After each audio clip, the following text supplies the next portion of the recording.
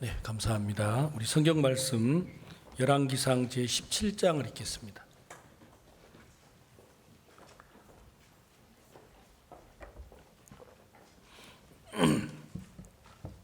열왕기상 17장 1절부터 24절 말씀까지 읽겠습니다.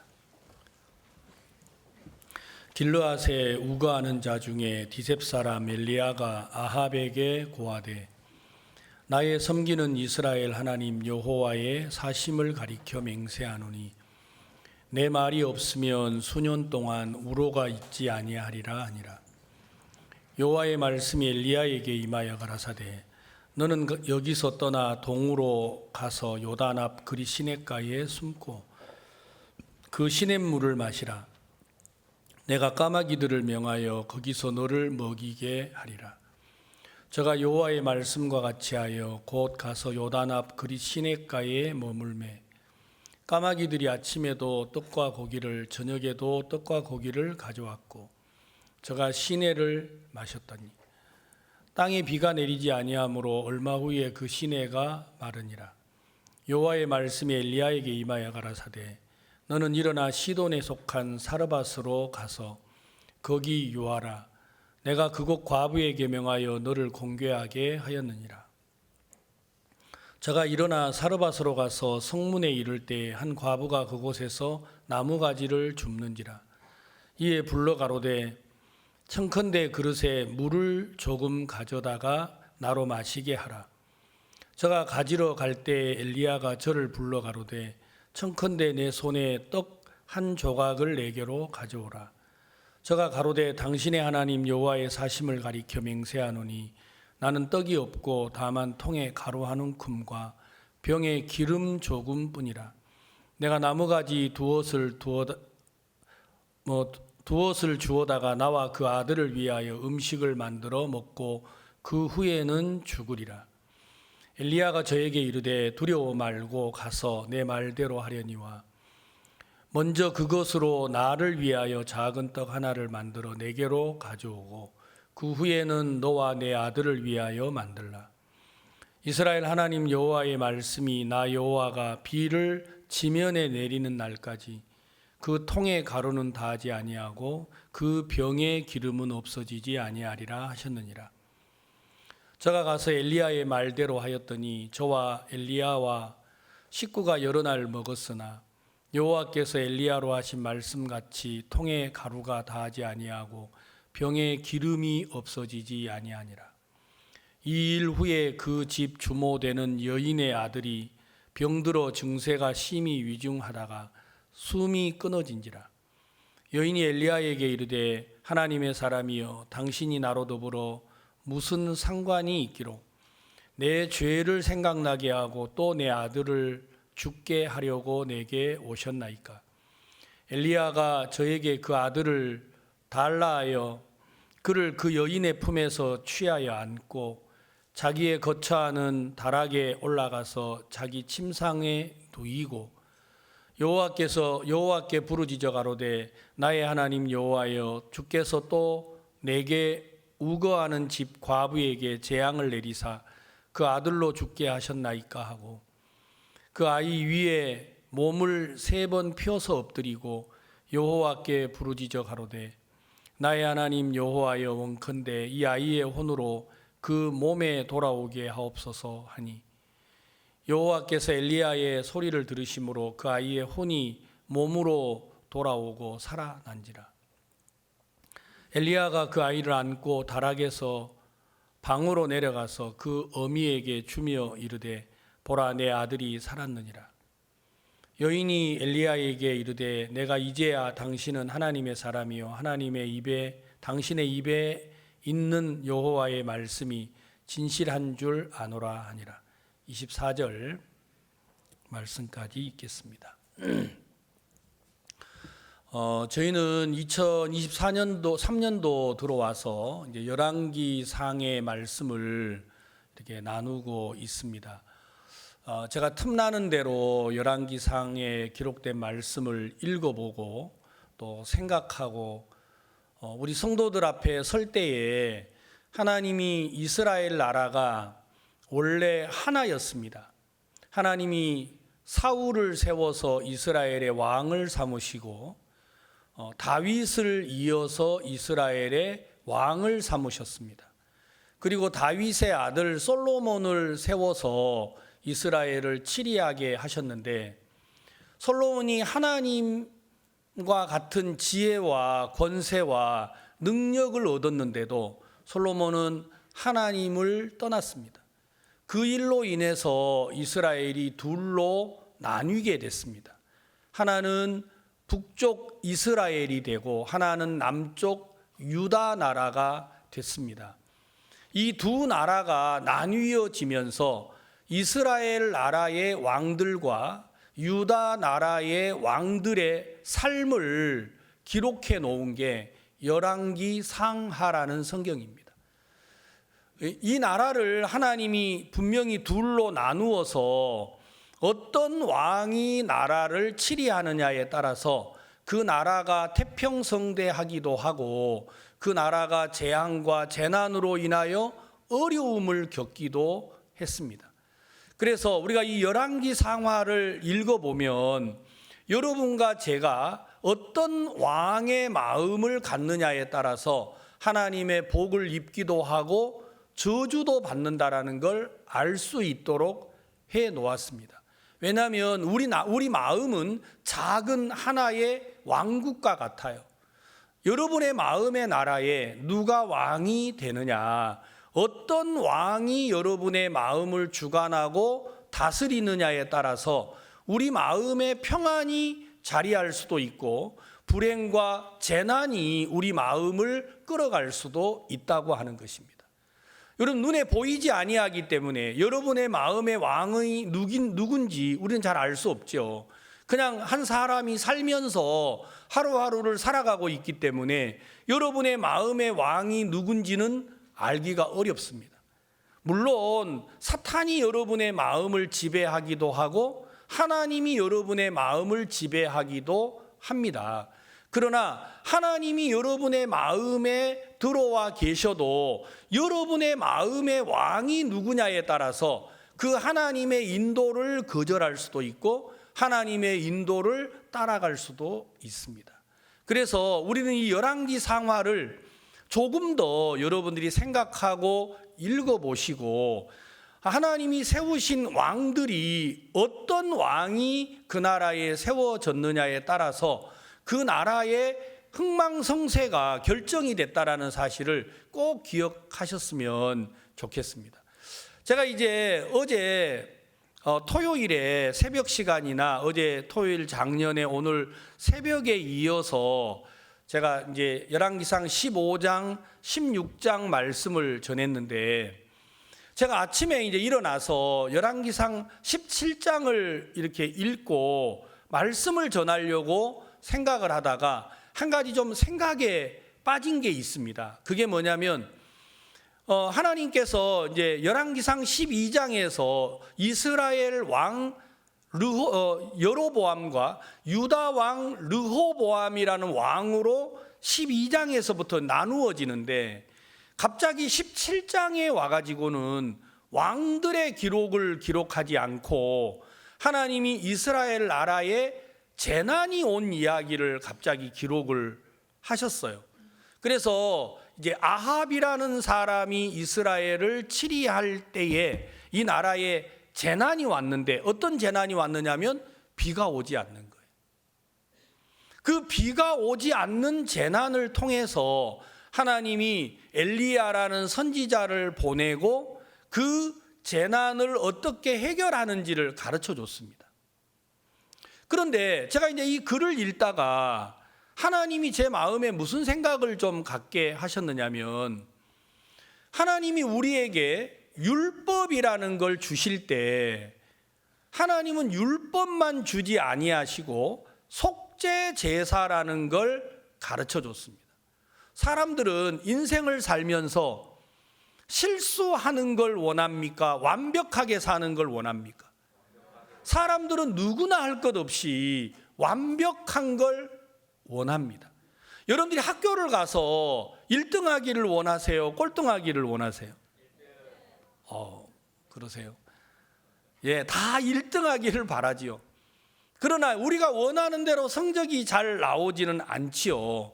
그러니까 우리가 자녀를 낳아서 자녀들이 어떻게 자라주기를 바라는 거죠? 흠없고 똑바르고 완벽하고 사회의 모범이 되도록 자라주기를 바라지요. 근데 그런 자식은 하나도 없어요. 그렇게 산 사람은 세상에 아무도 없어요. 그런데 지금도 그렇게 바래요. 이게 문제예요. 그러니까 세상에 완벽한 사람은 있습니까? 없습니까? 없어요. 이렇게 말하면 다 신앙이 잘 될 것 같은데, 여러분들이 없습니다 하고는 집에 가서는 누구를 바래요? 자식에게 실망하고, 남편에게 실망하고, 자신에게 실망하고. 여러분, 완벽한 게 없다면 완벽하지 않는 모습이 나타날 때에 여러분 어떻게 해야 돼요? 그래서 하나님을 바라는 것이구나 하고 하나님께로 마음이 옮겨가야 되는데, 우리는 완벽하지 않는 모습을 보고 낙심하고 좌절하는 거예요. 그건 왜 그러냐면 우리 마음이 잘못돼서 그렇습니다. 말로는 사람은 다 거짓되다고 말을 하시고, 실제 우리 마음에 바라는 것은 뭘 바라는 거예요? 완벽한 걸 바라는 거예요. 그러니까 누가 거짓된 거예요? 내 앞에 서 있는 환경이나 형편이 거짓된 게 아니고 내 마음이 거짓된 거예요. 내 마음에서 두 마디를 하는 겁니다. 하나는 사람은 다 거짓되다고 말하고, 다른 하나는 뭘 바라는 거예요? 완벽한 걸 바라는 거예요. 그러니까 거짓된 데서 완전한 게 나와야 안 나와요? 안 나오지요. 그런데도 우리는 그걸 바라고 있는 거예요. 그러니까 세상이 거짓된 게 아니고 정말 거짓된 건 우리 자신이에요. 뭐라고요? 세상이 거짓된 게 아니고 진짜 거짓된 건 누구예요? 내 자신이에요. 그래서 성경에 이사야에 기록하셨습니다. 만물보다 거짓되고 부패한 건 사람의 마음이기 때문에 하나님께 나아오는 사람은 자기 생각을 버리고 하나님께로 돌아오라고 말했습니다. 그러니까 하나님께로 나아오는 사람이 헌금을 하거나 기도를 하거나 봉사를 하는 것도 중요하지만, 진짜 하나님께 나아오는 사람은 무엇을 해야 하느냐? 악인은 그 길을, 불의한 자는 그 생각을 버리고 여호와께로 돌아오라고 했습니다.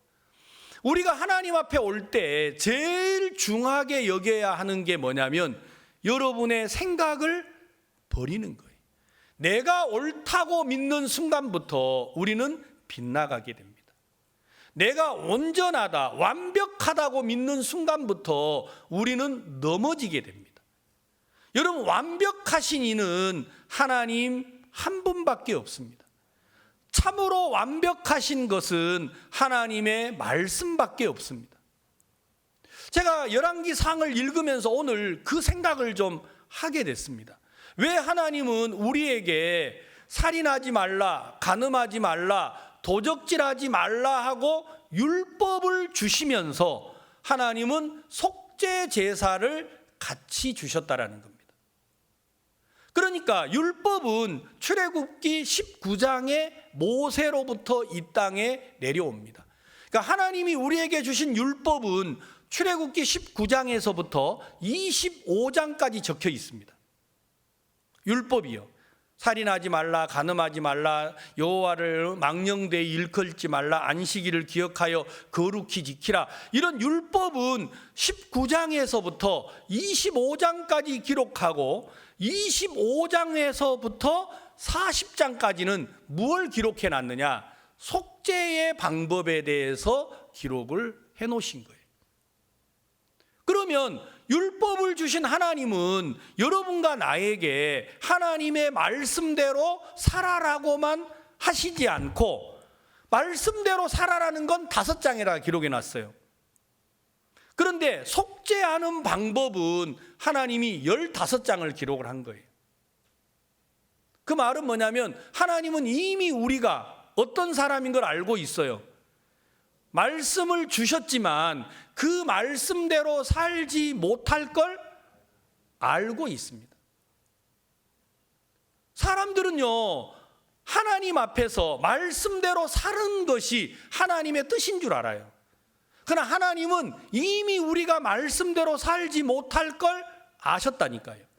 아시고 말씀대로 살지 못하는 우리가 어떻게 하나님과 화목하고 하나님의 은혜를 누리고 하나님과 함께 할까를 하나님이 기록해 놓은 거예요. 그러니까 여러분과 제가 신앙을 잘하려면 완벽해야 하는 게 아니고 말씀대로 살지 못하는 걸 인정하고 완벽한 하나님의 은혜를 입어야 하는 겁니다. 그 사람이 완벽한 사람이에요. 근데 많은 형제자매들이 구원을 받고 교회 안에서 사람이 거짓되다고 다 인정하면서도 마음에서는 여전히 무엇을 바라고 있어요? 완벽한 걸 바라고 있어요. 이 사람이 율법적인 사람으로 변하는 거예요. 그에게는 자유도 없고 평안도 없고 감사도 없고 마음에 눌리는 것밖에 없어요. 그런다고 그래서 그 사람이 완벽하게 사느냐? 그것도 아니에요. 자기도 완벽하지 않으면서 많은 사람에게 완벽한 삶을 요구하기만 하는 거예요. 그러면 곁길로 가는 게 잘하는 거냐? 그렇지 않습니다. 하나님은 여러분과 내가 곁길로 가는 걸 원하지 않습니다. 그러나 하나님이 여러분과 제가 이미 곁길로 갈 수밖에 없는 사람인 걸 하나님은 아시고 우리가 곁길로 갔을 때 어떻게 그 죄에서 벗어나서 의를 얻게 되는지를 가르쳐 주신 겁니다. 그래서 그리스도인이 성경을 읽을 때 여러분이 알아야 되는 게 하나가 있습니다. 그건 뭐냐면 하나님이 우리에게 원하는 건 여러분과 제가 하나님의 뜻대로 사는 것입니다. 그러면 하나님의 뜻대로 사는 게 여러분이 하나님의 말씀대로 살아서 뜻대로 살 수도 있습니다. 그러나 하나님의 말씀대로 살아서 뜻대로 사는 사람은 세상에 아무도 없습니다. 그러면 어떻게 해서 우리가 하나님의 뜻대로 살 수 있느냐? 나는 하나님의 뜻대로 살 수 없는데 하나님의 뜻을 이루신 예수 그리스도가 내 안에 계시면 예수님으로 말미암아 우리는 하나님의 뜻을 이루는 삶을 사는 것입니다. 신앙은 두 가지의 길이 있어요. 하나는 나로 말미암는 길이 있고 하나는 예수님으로 말미암는 길이 있는 겁니다. 그러나 많은 사람들이 교회에 와서 여전히 구원을 받았다고 하면서도 여전히 자기로 말미암는 삶을 안 버리는 거예요. 그러니까 구원받고 주를 섬기는 게 기쁘지가 않아요.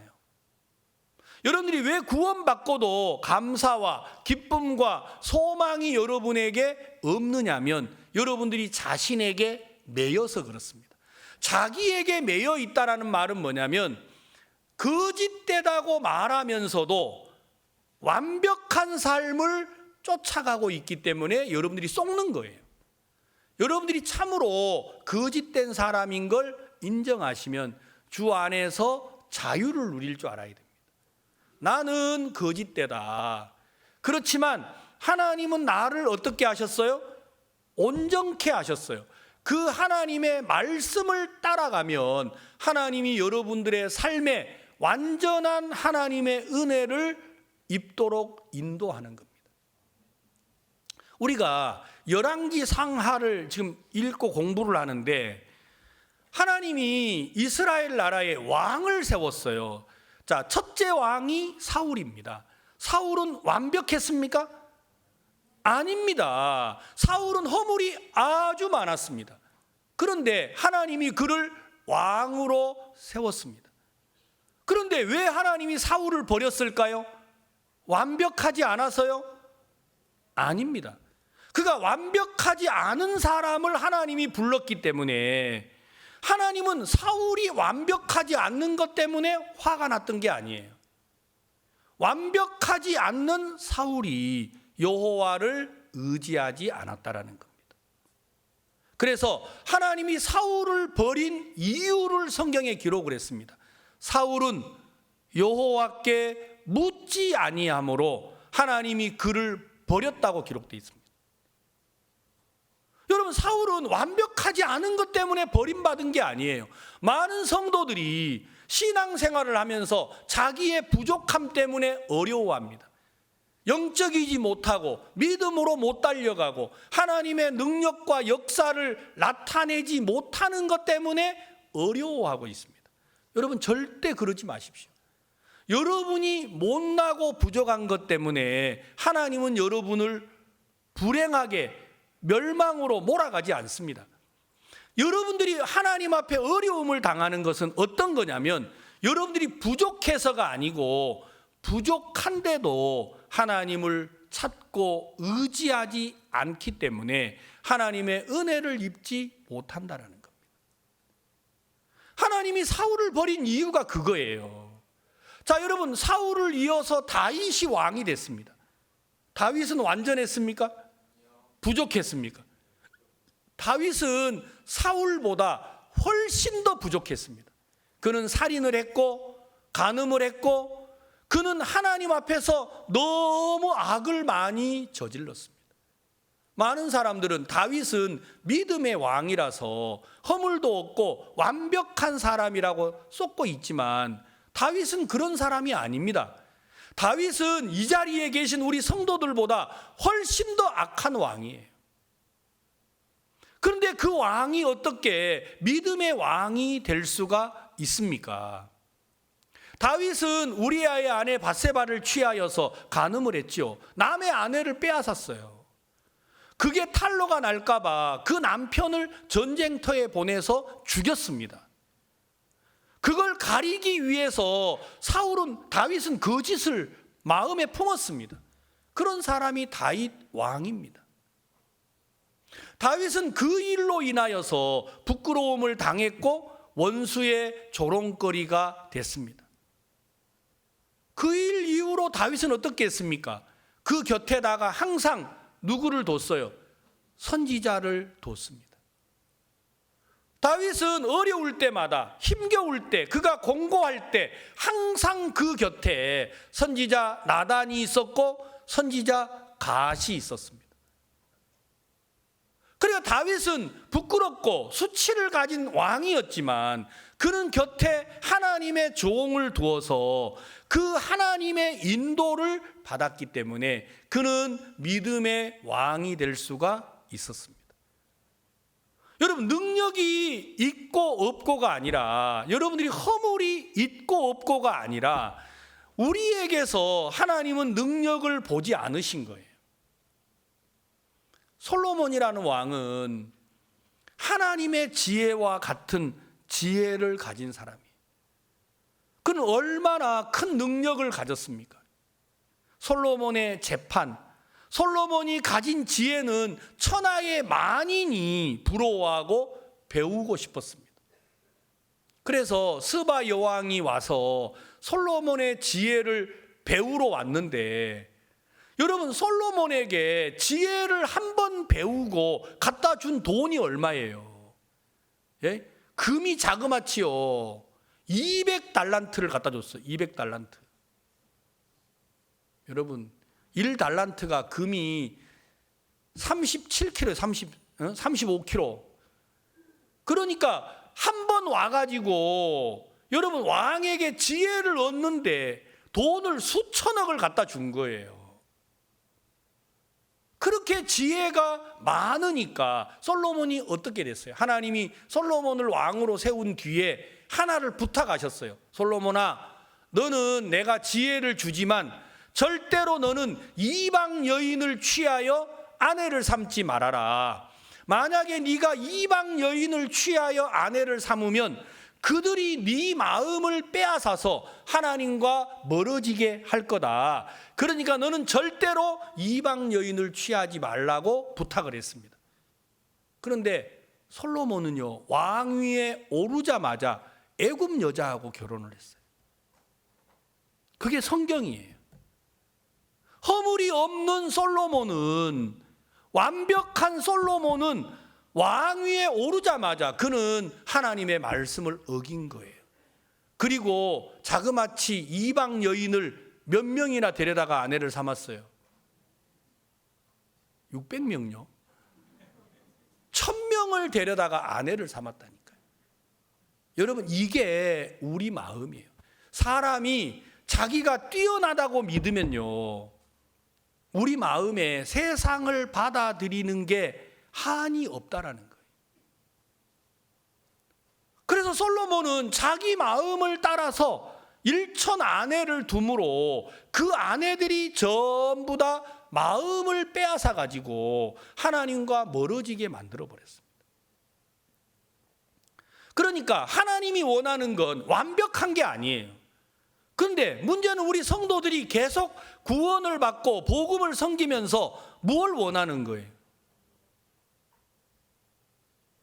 여러분, 우리가 바라는 게 뭐지요? 여러분 남편에게 뭘 바래요?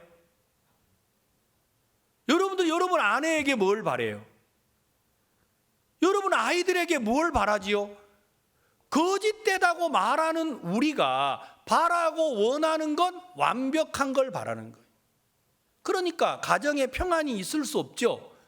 교회 안에 평강이 있을 수가 없죠. 정말 우리에게 있는 평안은 예수 그리스도로 말미암아야 합니다. 내가 부족한 걸 안다면 내 아내에게서, 내 아이들에게서 우리는 그리스도를 얻어야 합니다.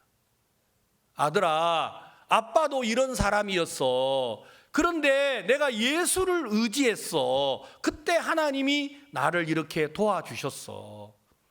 그래, 아들이 좀 부족하고 허물이 있지만, 그래, 우리가 예수를 바라자. 아빠 어떻게 주님을 의지하는 거예요? 이게 하나님 앞에 은혜를 입는 가정이라는 겁니다. 그래서 못나고 부족한 것 때문에 그리스도를 바라는 것이 바로 성경이 말하는 참된 신앙의 가정이라는 거예요. 만약에 여러분들이 완벽하고 옳고 바른 길을 걷는다고 하면 결국 여러분들은 부모도 버리고 친구도 버리고 자신도 버리고 여러분이 옳다 하는 그 길을 따라갈 겁니다. 어느 날 여러분, 우리나라에 유명한 이야기가 하나가 있는데, 시골에서 엄마 아빠가 시장에서 이렇게 그 야채를 팔아가지고 아들을 공부를 시켜서 서울대 법대를 들어갔다고 합니다. 그런 걸 보러 개천에서 용이 났다고 하잖아요. 그래가지고 이제 서울에 가서 이제 공부를 하고 있는데, 엄마가 아들을 서울에다가 보내놓고 이제 아들이 어떻게 지내는지를 궁금해 하시잖아요, 대부분의 어머니들이. 그러니까 시장에서 채소 파는 어머니가 꾸미면 얼마나 아름답겠어요. 안 그래요? 그래, 이제 어머니가 이제 아들을 위해서 그냥 이제 김치도 담고 음식도 이렇게 만들어 가지고, 어머니가 그래도 깨끗한 것 입었는데 몸빼를 입었겠죠. 엄마가 이제 몸빼 옷을 입고 서울에 이제 아들을 만나러 왔는데, 아들이 서울에서 이제 멋지게 폼 잡고 공부를 하니까 친구들이 이제 엄마가 와서, 아들이 이제 학교에서 이렇게 나오는데 친구들하고 어울려서 나오는 거예요. 그래서 이제 엄마가 아들을 보고 야야 아들아 하고 아는 체를 하니까 아들이 너무 당황을 한 거예요. 그래가지고 친구들이 있다가 야야 너 저분이 너 부르잖아, 너 아는 사람이야? 그러니까 아들이 있다가 아니 나 모르는 사람이야 하고 지나갔다고 해요. 여러분 그런 얘기 들어본 적 있죠? 여러분요, 이게 우스운 이야기가 아니에요. 사람들은 어떤 사람이기를 바래요? 우리 엄마 아빠가 어떤 분이기를 바래요? 남들에게 인정받고 존경받는 분이기를 바래요? 남들에게 손가락질 받는 분이기를 바래요? 그러니까 자식들이 자기를 키워준 엄마 아빠는 못 먹고 못 입고 자신에게 다 모든 걸 포기하고 아이를 위했는데도 아이들이 바라는 건 어떤 엄마예요? 멋지고 예쁘고 멋있는 엄마이기를 바란 거예요.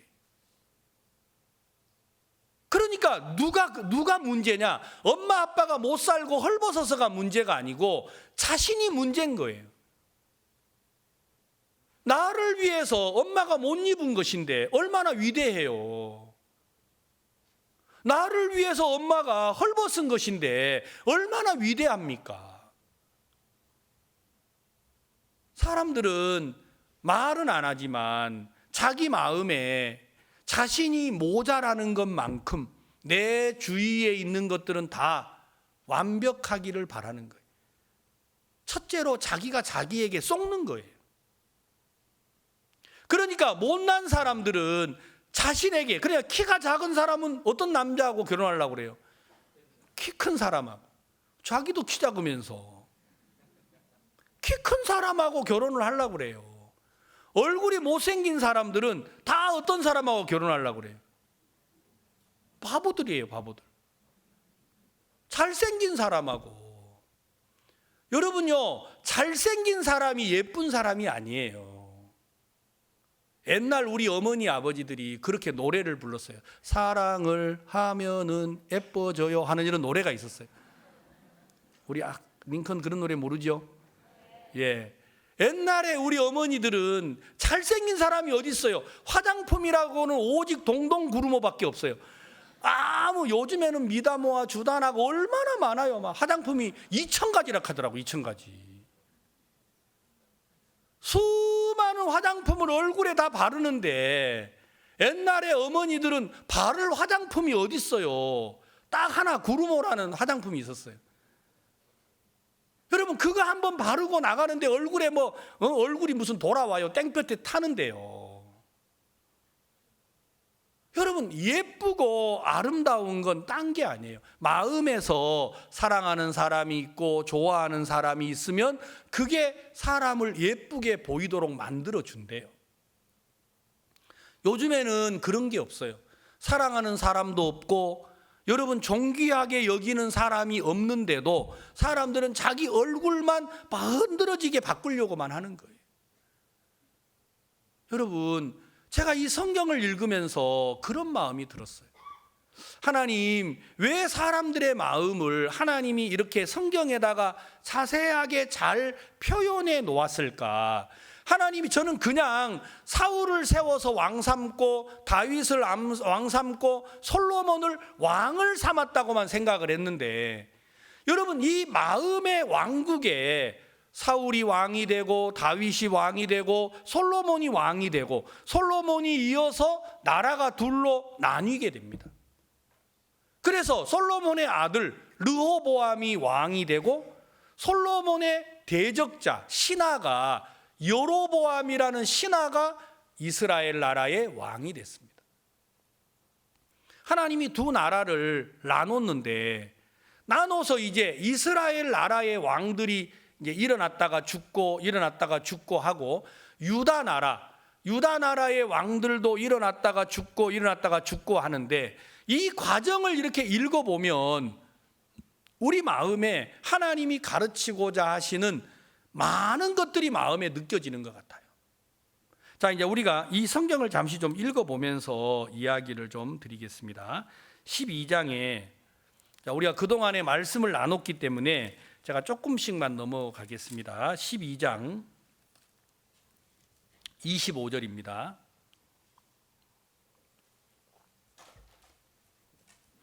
여로보암이 에브라임 산지에 세겜을 건축하고 거기서 살며 또 거기서 나가 분우엘을 건축하고 그 마음에 스스로 이르기를 나라가 이제 다윗의 집으로 돌아가리로다.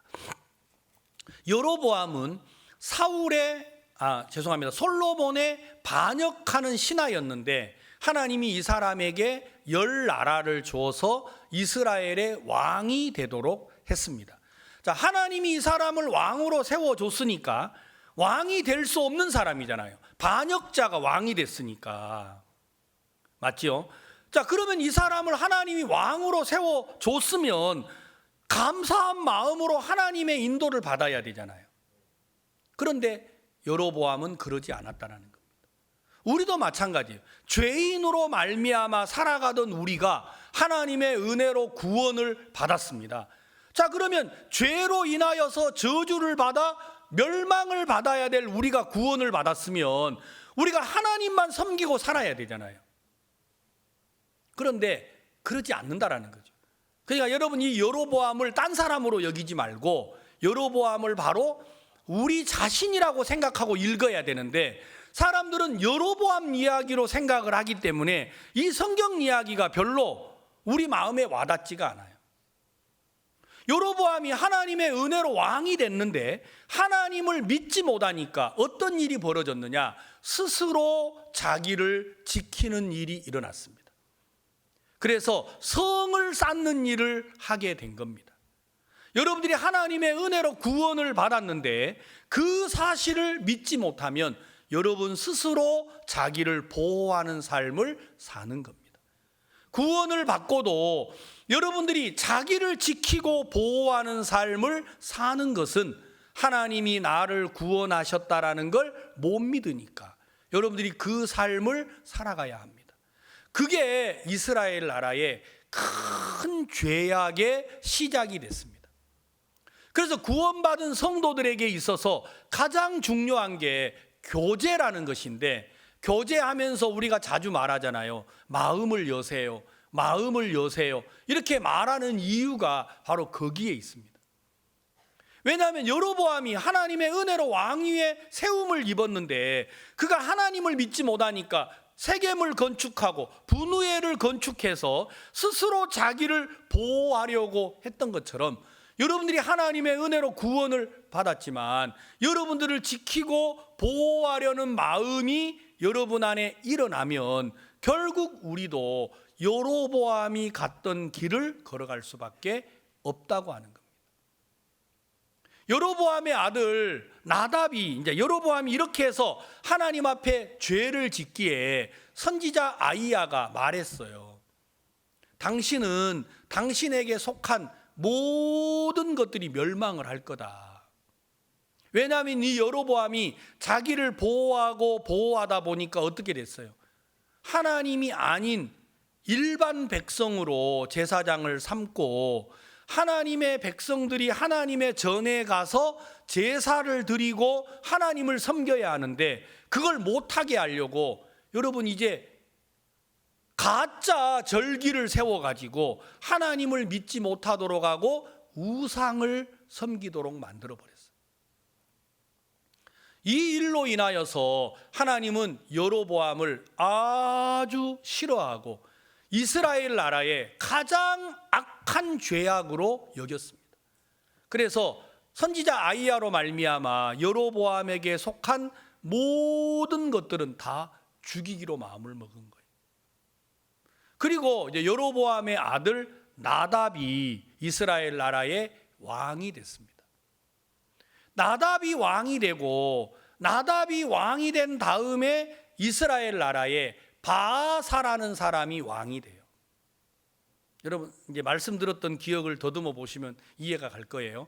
바아사라는 사람이 이스라엘 나라의 왕이 됐는데 이 사람이 왕이 돼서 어떤 일을 벌이느냐? 여로보암에게 속한 모든 걸 죽이는 거예요. 여기 보시면 자 우리가 이제 성경을 14장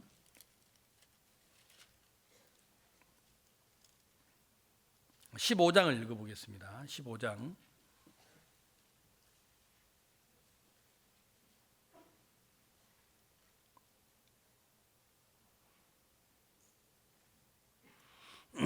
15장 9절 이스라엘 왕 여로보암 제20년에 아사가 유다 왕이 되어 예루살렘에서 41년을 치리했습니다. 자 이제 유다 나라가 르호보암이 죽고 그 다음에 이제 르호보암이 죽고 이제 르호보암의 아들 아사가 유다의 왕이 되고 이제 이스라엘 나라가 있잖아요. 이스라엘 나라는 어떻게 됐느냐면 여기 보시면 19절에 아사와 이스라엘 왕 바아사 사이에 일생 전쟁이 있었다 하는 말씀이 있잖아요.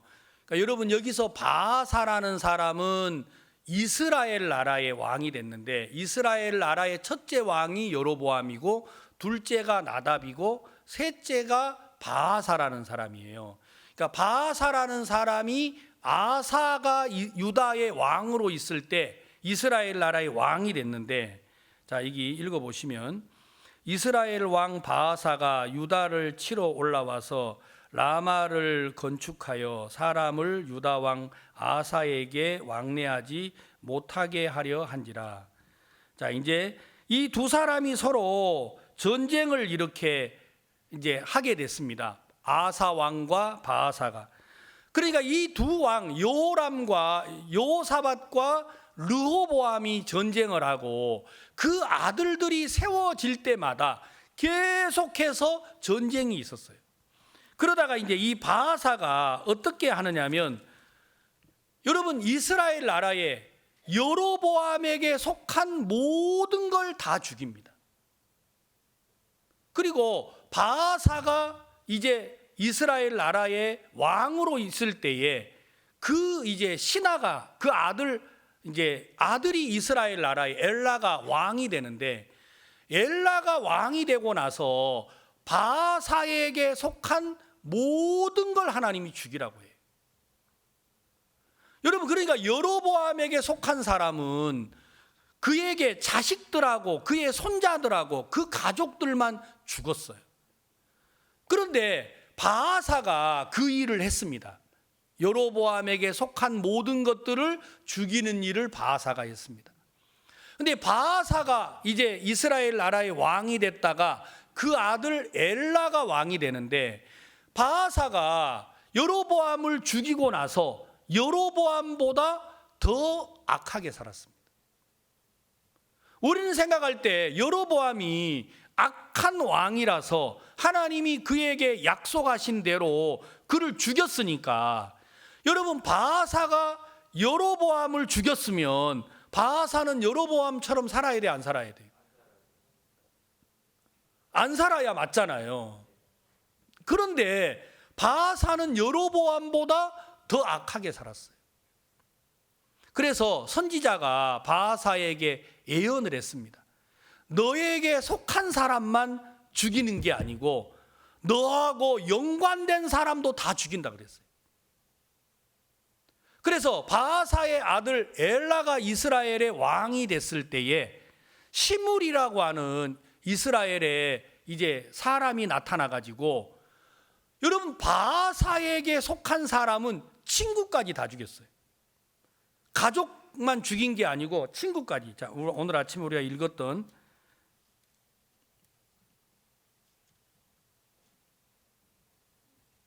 16장 15절을 읽어보겠습니다. 열왕기상 16장 15절. 유다 왕 아사 제27년에 시므리가 디르사에서 7일 동안 왕이 되니라. 때에 백성들이 블레셋 사람에게 속한 기브돈을 향하여 진을 치고 있더니 진중 백성들이 시므리가 모반하여 왕을 죽였다는 말을 들은지라. 그날에 이스라엘의 무리가 진에서 군대 장관 오므리로 이스라엘의 왕을 삼으매. 자 이제 여기서 시므리라는 사람이 일주일 동안 왕이 됐는데 그 일주일 동안에 뭐를 했어요? 바아사에게 속한 모든 걸 죽여요. 자 여기 8절. 유다 왕 아사 제26년에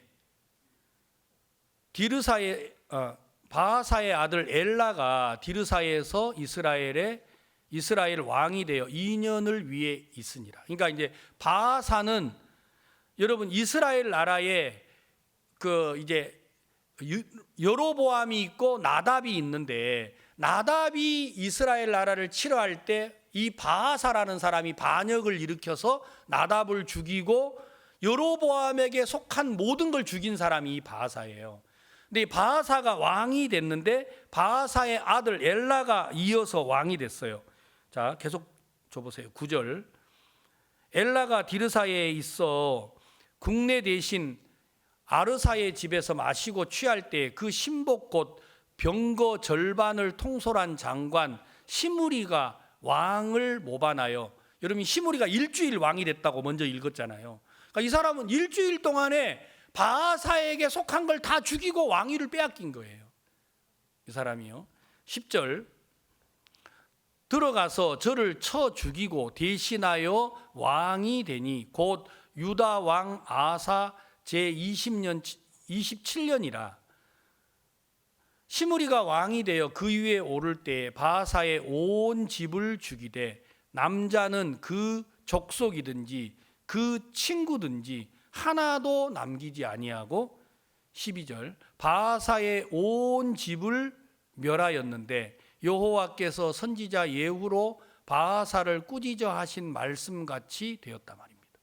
그러니까 바하사에게 속한 건 그 가족들만 죽은 게 아니고 바하사에게 속한 친구들까지 다 죽였어요. 여러분, 그 바하사의 가족들까지 다 죽인 사람이 누구예요? 시므리예요. 시므리는 일주일 만에 바하사가 그에게 속한 걸 죽이고 일주일 만에 이 사람을 다시 죽인 사람이 오므리가 이 사람을 죽여요. 오므리가 왕이 됐는데 그 오므리를 죽인 사람이 여러분이 잘 아는 아합이에요. 아합이 이스라엘 나라의 왕이 됐는데 이 아합이 하나님을 섬겨요, 안 섬겨요? 안 섬겨요. 그래서 오늘 읽었던 본문 열왕기상 17장에 이 땅에 기근이 왔단 말입니다. 자, 그러니까 백성들은 아무것도 안 하고 왕이 바뀌는 것 때문에 어떤 일이 벌어지는 거예요. 재앙이 오고 재앙이 오고 또 재앙이 오는 거예요. 여러분들이 목회자들을 위해서 기도해야 되는 이유가 여기에 있어요. 여러분 마음속에 여러분들이 어떤 믿음의 삶을 사느냐, 이건 대단히 중요한 거예요. 여러분 전도자들이 어떤 믿음의 삶을 사느냐, 이건 너무 중요한 겁니다. 여러분들이 완벽하고 완전한 종을 사모해야 한다면 그건 바로 뭐냐, 그가 완벽하고 완전해야 하는 게 아니고 부족하여 완전한 하나님을 의지하는 게 완벽한 종이라는 거예요. 여러분 이 세상에 완전한 사람은 아무도 없어요.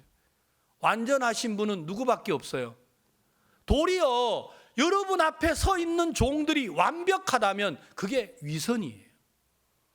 우리 가운데 완벽한 자는 아무도 없습니다. 도리어 허물이 있고 부족함이 있고 실수가 있어서 날마다 누구를 의지해야 해요? 날마다 예수 그리스도로 말미암아 하나님 앞에 서야 합니다. 그 자가 바로 진정한 하나님의 종인 거예요. 여러분 이스라엘 나라에 아합이 이 나라를 치리하는데, 여러분 이렇게 재난이 있고 재난이 있고 재난이 있은데 이스라엘 나라에 하나님이 아합이 왕이 돼서 하나님을 섬기지 아니하니까 이 나라에 재앙이 내려왔습니다. 기근이 와서 비가 내리지 않는 거예요. 그러니까 하나님이 이제 엘리야에게 말하기를 너는 여기 있지 말고 그리 시냇가로 가라. 비가 안 오니까 이제 물이 없는 거죠. 물이 없으니까 시냇가에 갔는데 그리 시내가 말랐어요, 안 말랐어요? 말라버렸어요. 여러분 시내가 마를 정도의 기근이 왔단 말은 뭐예요? 이제 농사도 안 되겠죠. 그렇죠. 시냇물을 끌어다가 농사를 짓는데 시냇물이 마르면 지하수도 나와요, 안 나와요? 안 나오는 거죠. 그러니까 이제 그리 시내가 마르니까 하나님이 엘리야를 어디로 보냈어요? 사르밧이라는 곳으로 가라 그랬습니다. 사르밧에 가니까 과부가 자기 아들하고 살다가 이제 가루 한 움큼이 있는데 그걸 떡을 구워 먹고 죽으려고 하고 있는 거예요. 그때 이제 엘리야가 거기를 갔어요. 가서 첫 번째로 뭘 달라 그랬죠? 물을 달라고 했어요. 제가 이 글이 너무 신기했어요. 여러분, 이 나라는 지금 물이 있어요, 없어요? 없어요. 물이 없는데 당연히 물이 없으니까 곡식도 없는 거죠. 곡식은 있고 물이 없으면 괜찮은데 이 나라가 진짜 지금 어려운 게 뭐가 없는 거예요? 물이 없는 거예요. 물이 없는데 곡식도 없죠, 이제. 그래서 먼저 엘리야가 과부에게 내게 물을 좀 달라. 그러니까 과부가 물을 기르러 갔습니다. 어디서 물을 가지러 갔는지 그게 참 이해가 안 가요. 자기들도 먹을 물이 없을 텐데. 물을 가지러 가는데 말했죠. 그러지 말고 나에게 떡을 좀 가져와라. 그러니까 나는 가루 조금 한 움큼과 기름밖에 없습니다. 그러지 말고 그걸 먼저 그것으로 떡을 구워서 나를 위하여 가져와라. 아니, 우리는 이거 가지고 구워서 먹고 죽으려고 했는데요. 그러니까 나를 위해서 가져와라. 그러면 이 기근이 다 할 때까지 네 통에 가루가 다하지 아니하고 병에 기름이 다하지 아니할 것이다. 저는요, 제가 오늘 이 글을 읽으면서 여러분과 제게 이렇게 좀 말씀드리고 싶은 게, 여기 열왕기상 17장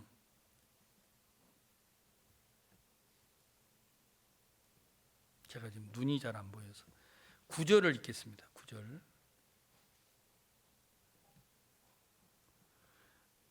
너는 일어나 시돈에 속한 사르밧으로 가서 거기 유하라. 내가 그곳 과부에게 명하여 너를 공개하게 하였느니라.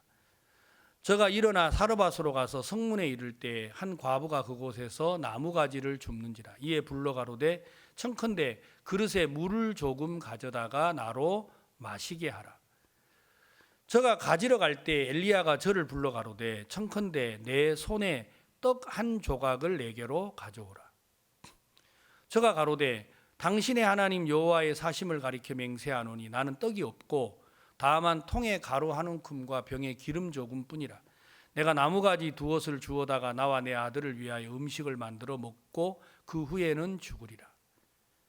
엘리야가 저에게 이르되 두려워 말고 가서 내 말대로 하려니와 먼저 그것으로 나를 위하여 작은 떡 하나를 만들어 내게로 가져오고 그 후에 너와 내 아들을 위하여 만들라. 제가 아침에 이 글을 읽었습니다. 13절에 엘리야가 저에게 이르되 두려워 말고 가서 내 말대로 하려니와. 지금 이스라엘 나라는 어떤 상황이냐면 왕들이 하나님을 버리고 하나님을 버리면서 이 나라에 지금 재앙이 왔습니다. 그런데 이스라엘 나라에 하나님이 왕들에 대한 기록을 해 오시다가 갑자기 17장에 와서 이 사렙다 과부에 관한 이야기를 갑자기 꺼내셨어요. 그러니까 여러분, 성경의 역사를 기록을 하실 때 하나님이 시므리가 이제 바하사의 아들 엘라를 죽이고 오므리가 시므리를 죽이고, 여러분 오므리를 이어서 아합이 왕이 되고 아합이 죽고 이렇게 역사를 이어가도 되는데 하나님이 갑자기 과부에 관한 글을 이 중간에 끼워 넣으신 거예요. 그러면서 뭐라고 말씀을 하시느냐? 너는 가서 내 말대로 뭐를 하라는 거예요? 여러분, 내 말대로 가서 떡을 가져오라는 거예요. 제가 이 말씀을 들으면서 너무 하나님 앞에 신기한 마음이 들었습니다. 지금 이스라엘 나라에는 뭐가 없어요?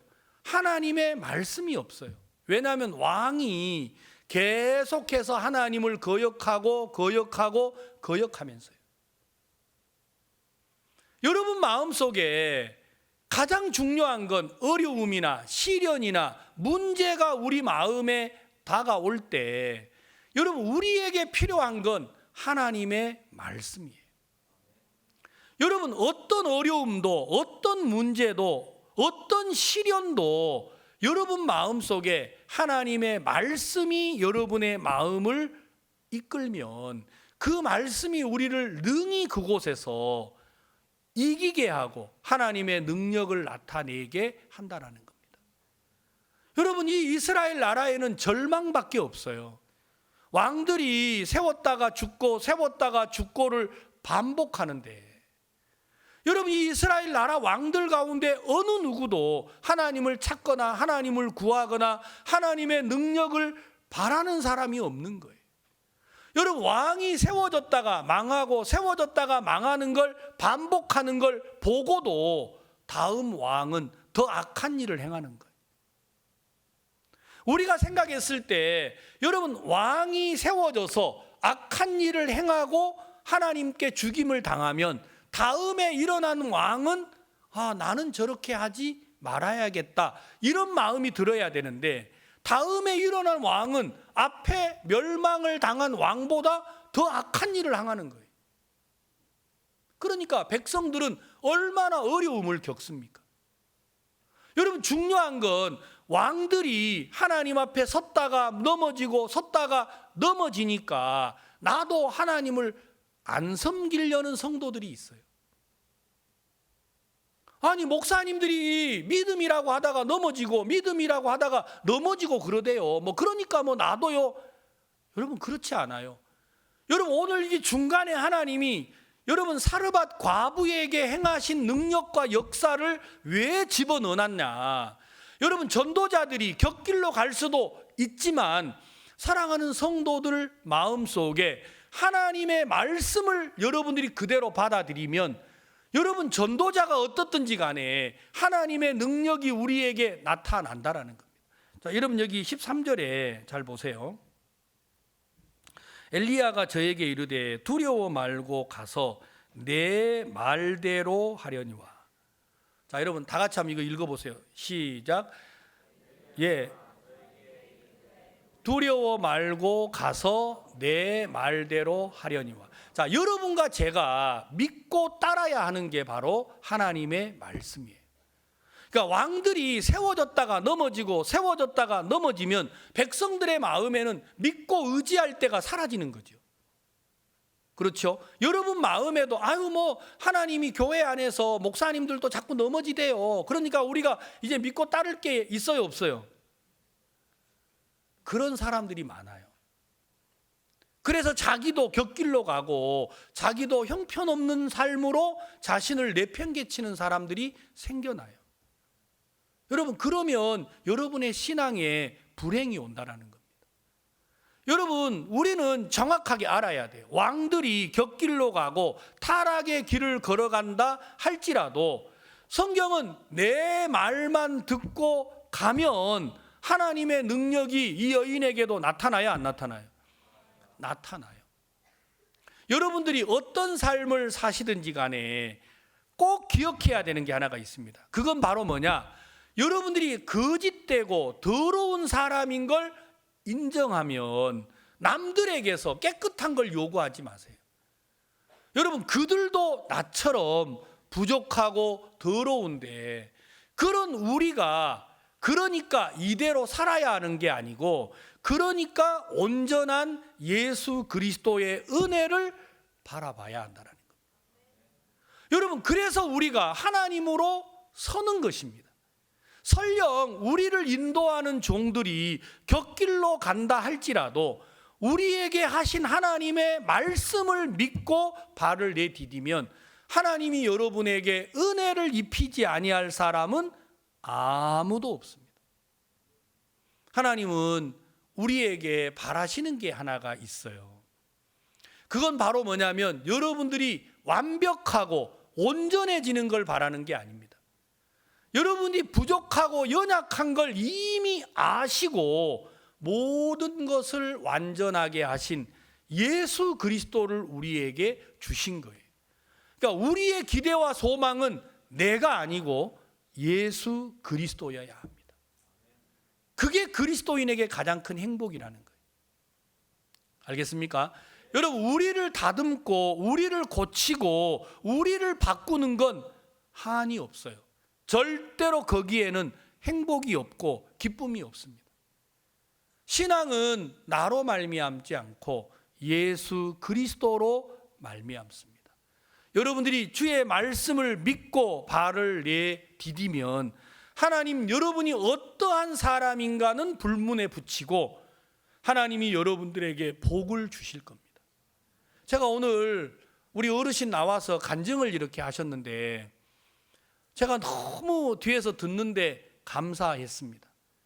왜냐하면 진짜 우리 모친이 남편에게 전도를 열심히 하신 게 아니라 교회도 훨씬 오래 다니셨고 교회만 위해서 인생을 다 투자하고 사셨는데 책을 한 번 읽고 두 번 읽고 세 번을 읽으면서 야, 성경에 하나님의 종이 이렇게 말씀을 하셨구나.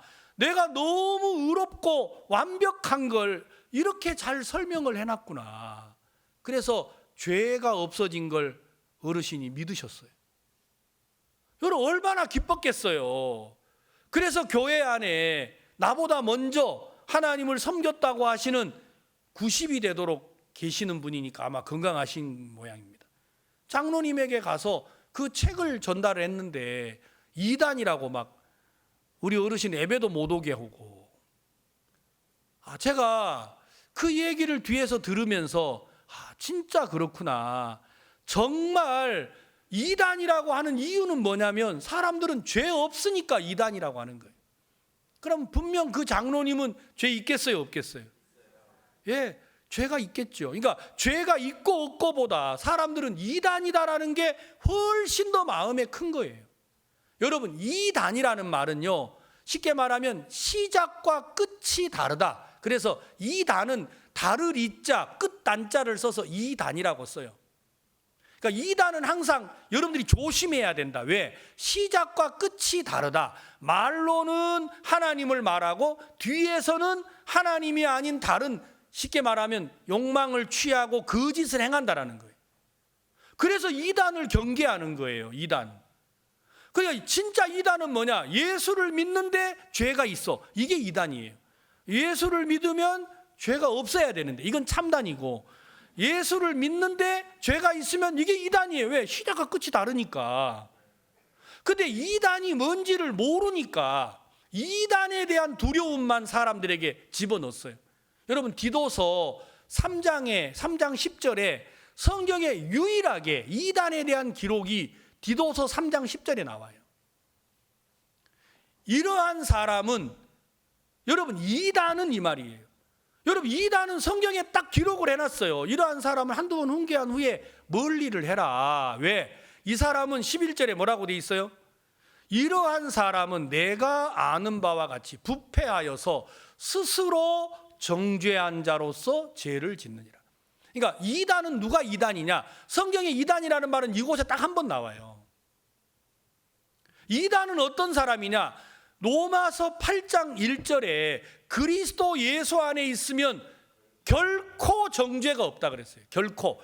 어떠한 경우에도 다시는 죄를 정하는 게 없다. 죄인이라고 말하지 않는다 이 말이에요. 근데 이단이 뭐를 하느냐? 스스로 정죄한 자로서 죄를 짓느니라. 이단, 다시 올려줘 보세요. 이단은 스스로 정죄. 하나님은 절대로 여러분들은 죄 있다고 해야 안 해요? 안 해요. 왜? 예수님이 우리 죄를 영원히 사했으니까요. 하나님도 여러분을 보고 죄 없다고, 죄 있다고 말 안 하는데 누가 죄인이라고 말하는 거예요? 요즘 우리나라 장로교회에서는 맨날 뭐라 하느냐면 겸손하기 위해서 죄인이라고 해야 된대. 그건 성경에도 없는 말이에요. 여러분, 겸손해서 죄인이든 뭐 진짜 죄인이든 하나님이 다시는 정죄하지 않는다고 하셨는데 스스로 정죄하면 그 사람은 지옥 가요. 왜? 하나님하고 다르기 때문에. 저는요, 죄 많이 졌어요. 진짜 저는 나쁜 놈이에요. 내 아내 보러 내가 물어봐요. 여보, 당신 나 어떻게 생각해? 잘 알잖아. 자기가 나쁜 놈이면서. 그러니까 다 알아요. 제가 나쁜 사람인 걸 모두가 다 알아요. 그러니까 내가 의롭다고 하면 사람들이 잘 믿어요, 안 믿어요? 잘 안 믿어요. 예, 사람들은 나를 더럽다고 말하지만 내가 사람의 말에 내가 끌려가고 있지 않고 이런 나를 의롭다고 하시는 분이 계세요. 그분이 누구예요? 하나님이에요. 저는 그래서 그분을 믿었어요. 그러니까 그분이 내게 목자의 길을 걷도록 이끌어 주시더라고요. 여러분, 제가 우리 어르신 이야기를 들으면서 야, 저분의 마음속에 예수 그리스도가 의롭다 하신 말씀을 따라서 발을 내디디니까 사람들이 이단이라고 하는 거예요. 어르신을 보고요. 저 연세에 뭐 좋은 게 있어서 내가 이리저리를 바꾸고 그렇게 하겠습니까? 여러분, 예수님이 이 땅에 와서 하늘의 복음을 전하니까 이단이라고 했습니다. 사도 바울이 이 땅에 와서 복음을 전하니까 이단이라고 했습니다. 그가 유대교에서 율법을 말할 때는 이단이라고 하지 않았습니다. 그가 유대교를 떠나서 예수 그리스도의 은혜를 증거하니까 이단이라고 했다라는 겁니다. 사랑하는 성도 여러분, 여러분이 의롭다 하신 이 복음을 전하면 여러분도 예수와 함께 이단이 되는 거예요. 사람들은 이단이 너무 막 사회를 혼란스럽게 하는 이런 것으로 만들어서 이단의 공포에 사람들을 집어넣어놨어요. 여러분, 진짜 이단은 하나님의 말씀과 다른 길을 걷는 거예요. 여러분, 진짜 이단은 사람이 거짓되다고 말해놓고 완전하라고 요구하는 거예요. 그러면 여러분도 이단의 길로 갈 수밖에 없어요. 우리는 완전한 삶을 바라야 되는 게 아니고 완전한 예수 그리스도를 힘입어야 합니다. 그게 바로 우리가 그리스도 안에 온전한 의를 입는 길입니다. 여러분, 이스라엘 백성들에게 엘리야는 말했습니다. 내 말만 듣고 행하라는 거죠. 그러면 하나님의 능력을 맛볼 수 있다고 하는 것입니다. 여러분, 자신을 바라보지 마십시오. 자기 형편도 바라보지 말고 하나님의 말씀을 따라 발을 내디디면 하나님이 이번 한 주간도 우리 삶 속에서 하나님의 은혜를 입도록 이끌어 주실 줄로 믿습니다. 다 같이 기도하겠습니다.